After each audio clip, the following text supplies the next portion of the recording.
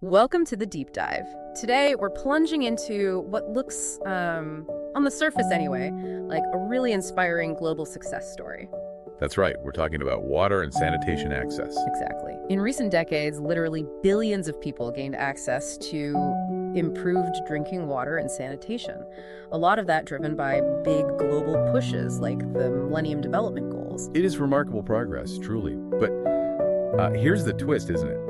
Does that overall global number mean access is equitable for everyone? Right. That's the key question. And the leaving no one behind idea from the Sustainable Development Goals, the SDGs, really pushes us to look past just the averages. Because those averages can hide a lot. A huge amount. We need to see how different groups are doing. So to really get at that, we're zooming in today. We're focusing this deep dive on Malawi. A fascinating case study. As a least developed country, Malawi gives us a really vital perspective on these global trends and, crucially, where those inequalities are still lurking. Our mission today is basically to unpack a really detailed research paper. It's called Trends in Access to Water and Sanitation in Malawi, Progress and Inequalities, 1992-2017. Yeah, it covers a 25-year journey. We want to pull out the key lessons, understand the progress, sure, but also figure out who got left behind. And what that means for actually achieving universal access down the line. Exactly. Okay, so let's set the scene a bit. Global context, Malawi's starting point. First thing, maybe the most important. Access to safe water, basic sanitation, it's a human right. Absolutely fundamental. And that recognition really fueled the efforts during the MDG era, the Millennium Development Goals. Target 7C, right. Have the proportion without sustainable access by 2015. Yep, and globally, the drinking water target was actually met, which, sounds fantastic. Sounds like victory. But if you dig in, the report notes that even then, 42.5% of the world still had to fetch water. It wasn't on their premises. Okay, so access had limitations. Big ones. And sanitation. That target was missed completely. In 2015, you still had 13% of the world practicing open defecation. 13% globally. Wow. And get this, 9 out of 10 of those people lived in rural areas. So that global success story, it kind of papered over the cracks for a lot of people. So the MDGs showed progress was possible, but also highlighted some real blind spots. How did the SDGs learn from that? They really did seem to take those lessons seriously. The SDGs run to 2030, and there's a much, much stronger focus on equitable, universal access. Equitable, right. And specifically, ending open defecation for all, with special attention, importantly, to women, girls, and vulnerable groups. And they changed how they measure it too, didn't they? These safely managed indicators. Yes, exactly. Much tougher definitions. So what does safely managed actually mean? For water, it means it's got to be on your premises, available when you need it, and free from contamination. Okay, that's a high bar. It is. And for sanitation, it means improved facilities, but not shared with other households. And crucially, the waste has to be safely disposed of. Right, not just contained. Not just contained. And this stricter definition, well, it kind of lowered the baseline numbers globally. How so? Well, for example, under the SDG definition, only 71% of the global population had safely managed drinking water at the start. That's a much more sobering picture than the old MDG figures suggested. So, bringing it to Malawi specifically, what was their situation around 2015, just before these SDG measures really kicked in? Okay, so Malawi in 2015, 87% had access to an improved water source. That's the older definition. And 41% had access to an improved sanitation facility. 87 and 41%. But the source we're looking at raises a really important flag here. It suggests these numbers might have been, and I'm quoting, driven by the progress made in areas that did not have the greatest need. The low-hanging fruit problem. Basically, sorting out the easier areas first might have inflated the overall progress while leaving the hardest to reach behind. Precisely. That's the concern. And you mentioned data gaps for Malawi, too. They don't really know the safely managed picture yet. That's right. Key information, like water quality details, contamination levels, it's just not consistently available for Malawi. So the true safely managed status is largely unknown. Okay, so given all that complexity, what exactly did this study set out to do? What was the core question? The main goal was twofold. First, describe the trends over that 25-year period, 1992 to 2017. How did access change? Okay, track the progress. And second, using that data, identify the most vulnerable groups. Who is still being left behind in Malawi? And how did they go about that? What data did they use? They pulled together data from several large-scale harmonized household surveys. You've got the UNICEF MIASIS And survey. it's full indicator cluster surveys, right? Yep. Then the USAA demographic and health surveys, the DHS ones. Very well known. And also malaria indicator surveys, which are linked to DHS. Basically, they combine these major household survey programs. Sounds like a mountain of data. How big a sample are we talking? It was substantial. They analyzed data from 154,603 Malawian households across that 25-year span. Wow. And what specific things were they measuring consistently across all those different surveys? To keep things comparable, they focused on two main indicators. First, the share of people without access to an improved water source within 30 minutes round trip. They call this lacking basic access. Okay, basic water access. And the second? The proportion of the population practicing open defecation, OD. Got it. So basic water and OD. And how did they slice and dice this data to see the inequalities? Because national averages, as we said. Right. They don't tell the full story. So they disaggregated. They looked at differences by geographic region. Malawi's got northern, central, and southern regions. Okay. Urban versus rural areas, obviously a huge divide. Always key. Then by wealth, they used wealth quintiles. Basically divided the population into 5 equal groups from poorest to richest. So you can see if poverty is the main driver. Exactly. And finally, by the education level of the household, had no education, primary, secondary, or higher. Okay, that's a pretty detailed breakdown. So armed with all that, what did the 25 years of data actually show? What were the big findings on progress and inequality? Well, nationally, the progress really is quite something. For drinking water, the percentage of people without basic access dropped massively, from 57% in 1992 down to 22% in 2017. 57 down to 22. That's a huge reduction. It's a 62% reduction. That translates to millions of people in Malawi getting better water access, a real testament to the efforts made. That's fantastic. But you mentioned a gender dimension earlier. Yes. Here's a stark point. While access improved, the burden of fetching that water didn't really shift. The proportion of women doing the water collection stayed stubbornly high, around 84 to 87% between 2006 and 2014. So better access, but the same people, mainly women, are still doing the hard work. What about open defecation? Even more dramatic progress there, nationally speaking. OD dropped from 25% of the population in 1992 to just 6% in 2017. 25 down to 6%. That's incredible. It's a reduction of over 75%.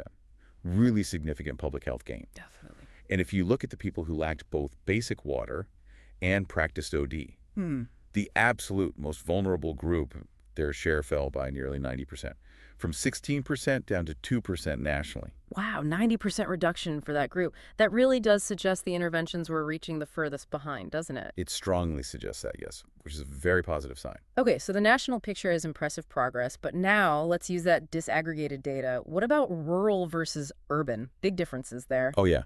Rural areas, remember, that's where 83% of Malawians live. They saw the biggest absolute improvement in water access. Meaning the percentage point drop was largest. Exactly. A 38 percentage point decrease in people without access, bringing the rural figure down to 25% lacking access in 2017. Still quite high, 25%, but a huge improvement. Huge improvement. Urban areas started much better off. Only 13% lacked access back in 92. They improved, too, down to 5% by 2017, so their percentage change was faster. But the gap between urban and rural is still pretty significant. It remains significant, yes. Urban areas started ahead and largely stayed ahead. And for open defecation, did the gap narrow there? It did, considerably. Back in 92, rural OD was 28%, urban was just 2%. A massive gap. Huge difference. By 2017, rural OD had dropped to 7% and urban was down to 1%. So great progress in rural areas narrowing that gap, but still, that urban advantage persists. Okay. What about regionally? Did all three regions, north, central, south, see similar gains? Not quite. The central and southern regions where most people live saw pretty similar substantial progress in water access, about a 37% reduction in lack of access in both. Okay, good progress there. The northern region, though, saw less progress. It went from 60% without basic water down to 31%. Still the highest proportion lacking access. So the north is lagging on water. What about OD regionally? Biggest gains in the central region, an 83% reduction in OD. Really impressive. What? The southern region, however, had lower progress on OD and still has the highest rate. So there seem to be some specific stubborn challenges in the south regarding sanitation. Interesting. Okay, now let's look at wealth. Did getting richer automatically mean better access? And did the poor catch up at all? This is actually one of the most positive findings, I think. The study found the poorest groups saw the biggest improvements in terms of percentage point reduction for water access. Really? So the gap actually narrowed? Yes, it narrowed the gap with the richer groups quite significantly. In fact, all wealth groups at least have the proportion of people without basic water access. That's genuinely equitable progress, then. It looks like it.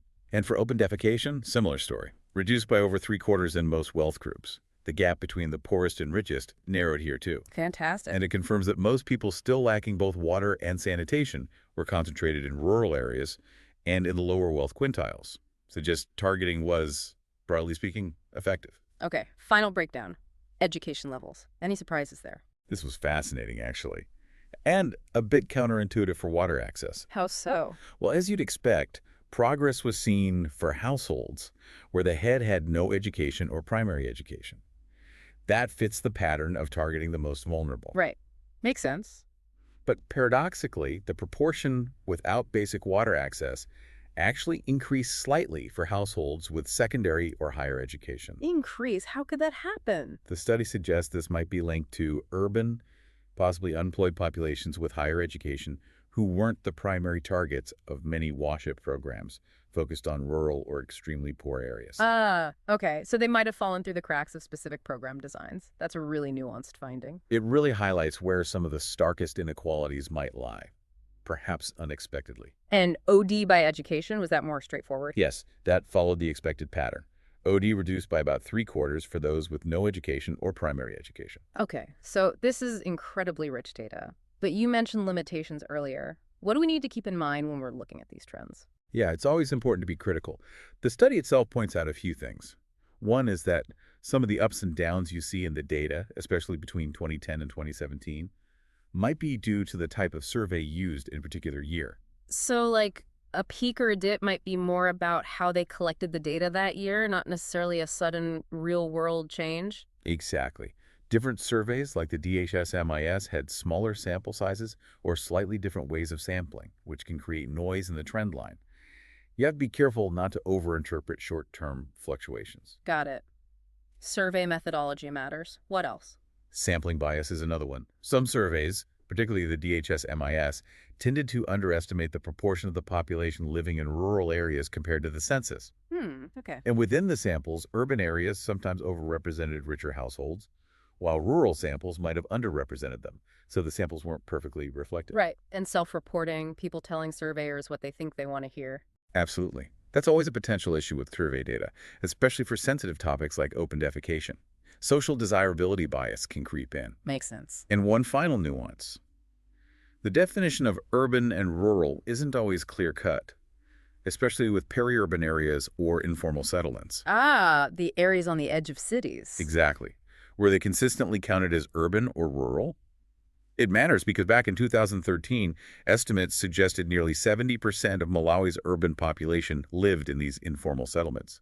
If they're missed or misclassified, it skews the urban picture significantly. Okay, those are important caveats. So bearing those in mind, let's get back to the core mission. Identifying who was left behind. Using the 2015 data as a snapshot, who are the most vulnerable? Where should the focus be? All right, for water access in 2015, the highest numbers of people without access were clearly in the rural, central, and southern regions. Okay, rural, central, and south for water. But here's an interesting wrinkle. In the rural northern areas, it was actually a higher percentage of the richer households who lacked basic access. Richer households lacking access. That's unexpected. It suggests that in some specific areas, the problem might be less about household poverty and more about, say, infrastructure availability or functionality affecting everyone in that location, even the better off. Fascinating. Okay, what about open defecation in 2015? Who was still practicing OD? Again, overwhelmingly concentrated in rural, central, and southern regions. Over half of all people practicing OD lived specifically in the rural south. Rural south taking the brunt again. And nearly 1/3 of those practicing OD were from the very poorest wealth quintile. In contrast, urban areas and the richest rural households had almost zero open defecation by 2015. So a very clear picture for OD, rural, southern, and poor. Extremely clear. And if we combine the two, lacking basic water and practicing OD, the group facing the double burden? The pattern becomes even sharper. More than half of the people lacking both services were in the rural southern region and predominantly from the poorest quintile. Wow. Urban areas, richer groups, basically 0 or near 0% lacking both by 2015. So the study's conclusion on vulnerability is pretty stark then. Absolutely. It hammers home that the poorest rural populations, particularly in the South, were the ones still facing the most severe limitations in both water access and sanitation. Okay, so what does this all mean? What are the big takeaways, the so what for efforts moving forward? Well, first, the positive. The fact that the biggest gains were often seen in the groups that started furthest behind really does suggest that overall, interventions were targeted relatively effectively. That's encouraging. It shows targeting can work. It really does, and this progress didn't happen in a vacuum. It links back to significant investment. Malawi actually received quite high per capita aid for the water sector in the 2000s. Ah, so investment paid off. It seems so. Plus, specific strategies like the Open Defecation-Free Malawi strategy from 2011, which explicitly focused on rural areas, likely play a big role too. But the report also flags that the remaining few percent without access are probably the hardest to reach, right? The so-called last mile. Exactly. Reaching them requires even more focused, perhaps different strategies. And while rural progress is key, this study and others really underline that we can't ignore vulnerable urban populations. Especially in those peri-urban or informal settlements you mentioned. Precisely. They can sometimes be even more vulnerable than rural populations, but get overlooked in programs designed for traditional rural poverty. It also seems like the urban-rural divide in Malawi is, in some ways, an even stronger predictor of inequality than just wealth alone. That often seems to be the case, yes. Geography matters immensely. And this brings us back to that crucial gender dimension we touched on.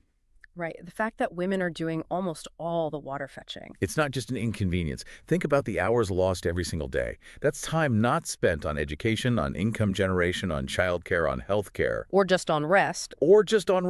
It directly impacts our opportunities and well-being. Plus, fetching water, often over long distances, exposes women and girls to risks of injury, harassment, even violence. That's a heavy burden beyond just carrying the water. And open defecation impacts women and girls differently, too. Hugely. Lack of a safe private toilet exposes them to risks of sexual harassment or assault, especially if they have to go out at night or in secluded areas. There's also significant psychosocial stress associated with the lack of dignity and privacy. So improving water, sanitation, hygiene isn't just about health. It's fundamentally about gender equality, too. Absolutely. It's a key driver for improving the lives of women and girls. Interventions have to be gender equitable, actively considering and addressing these specific risks and burdens. So pulling all these threads together, what are the main recommendations coming out of this deep dive? Where should efforts go now? The clearest recommendation is to keep targeting resources towards those still lacking even basic access. And the data pinpoints them very clearly. The poorest rural populations, especially in Malawi's central and southern regions. Focus on the furthest behind, geographically and economically. Exactly. And on the data side, there's a strong recommendation for future surveys. To get better information. Yes. To include standardized indicators for the safely managed services, the stricter SDG definitions. We need routine data on water quality, availability, safe disposal of sanitation waste. So we can move beyond just improved access and really understand who has safe and reliable access. Precisely. That level of detail is crucial for accurate national estimates and for designing interventions that address the real gaps, not just the ones we could measure easily before. Okay, so let's recap this deep dive then. Malawi has made some really undeniable progress over 25 years in getting more people access to water and sanitation. Huge strides, yes. Positive shifts across different regions, wealth groups, education levels. The proportion lacking basic access to water and/or practicing OD was significantly reduced. But, as we've unpacked, drilling down into the data reveals these persistent, significant inequalities. It's not an even picture. Not at all. The poorest rural groups, especially in the South, are still facing the biggest challenges. And there are these nuances around urban vulnerability and even surprising gaps among richer households in some specific areas. Which brings us right back to that SDG mantra, leaving no one behind. It means we can't just rely on national averages. Absolutely not. Achieving truly equitable, universal access needs that continuous, highly targeted effort, focusing on the lived experiences behind the numbers. So a final thought for you, our listeners, to mull over. Considering everything we've heard from Malawi, the progress, the persistent gaps, and especially that critical, often invisible role women and girls play, How might really understanding these specific vulnerabilities in this kind of granular detail help us design smarter, more effective, more equitable, and ultimately more sustainable solutions? Not just in Malawi, but in similar places all around the world.